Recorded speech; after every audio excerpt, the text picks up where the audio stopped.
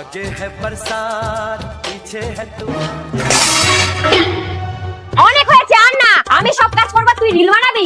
নে আমিও বসলাম রিল বানাতে, দেখি বাড়ির কাজ কিভাবে হয়।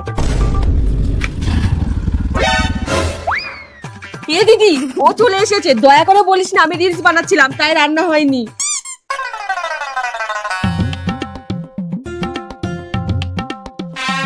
কি গো খেতে দাও। আজকে রান্না করিনি গো, শরীরটা খুব খারাপ ছিল। বাবা বাবা, মিথ্যে কথাটা দারুণ বললি তো। না গো ভাই, ও রিলস বানাচ্ছিল তাই রান্না হয়নি। আজকে তোমার ফোনই ভেঙে ফেলবো। আর কোনোদিন করবো না, আজকের মতো ছেড়ে দাও। মনে থাকে জানো। তোমার মাকে বেশি ভালোবাসো নাকি মোবাইলকে বেশি ভালোবাসো?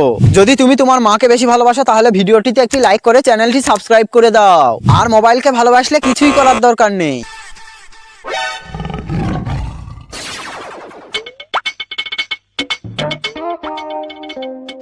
1 2 3 4। এই তুই এত টাকা কোথায় পেলি? হাত চাপায় কেন, তুই করিস না? হ্যাঁ সে তো করি, কিন্তু এখান থেকে যদি আমাকে কমিশন না দিস তাহলে ভাইকে বলে দেবো। নে তুই পুরোটাই রাখ।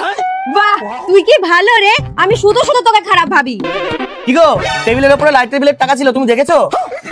কি খোলা জায়গায় টাকা রেখেছো? জানো বাড়িতে কত রকমের মানুষ আছে? এ কি বমনি, টাকাগুলো তোমার হাতে কেন? বাড়িতে কেউ আছেন?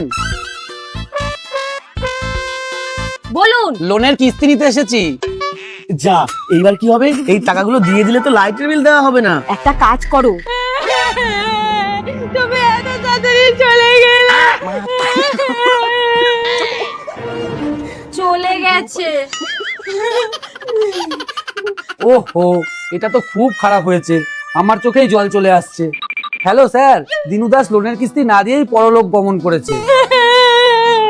আচ্ছা আচ্ছা, লোন মুকুব হয়ে যাবে, 30 লাখ টাকাও পাবে?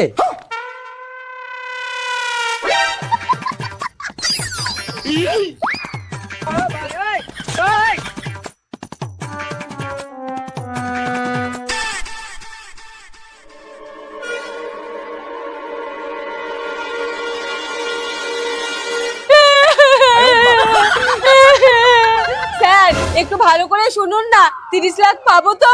শুনছি শুনছি। হ্যালো স্যার, শুনুন, উনি না, স্ত্রী মারা গেলে 30 লাখ পাবে।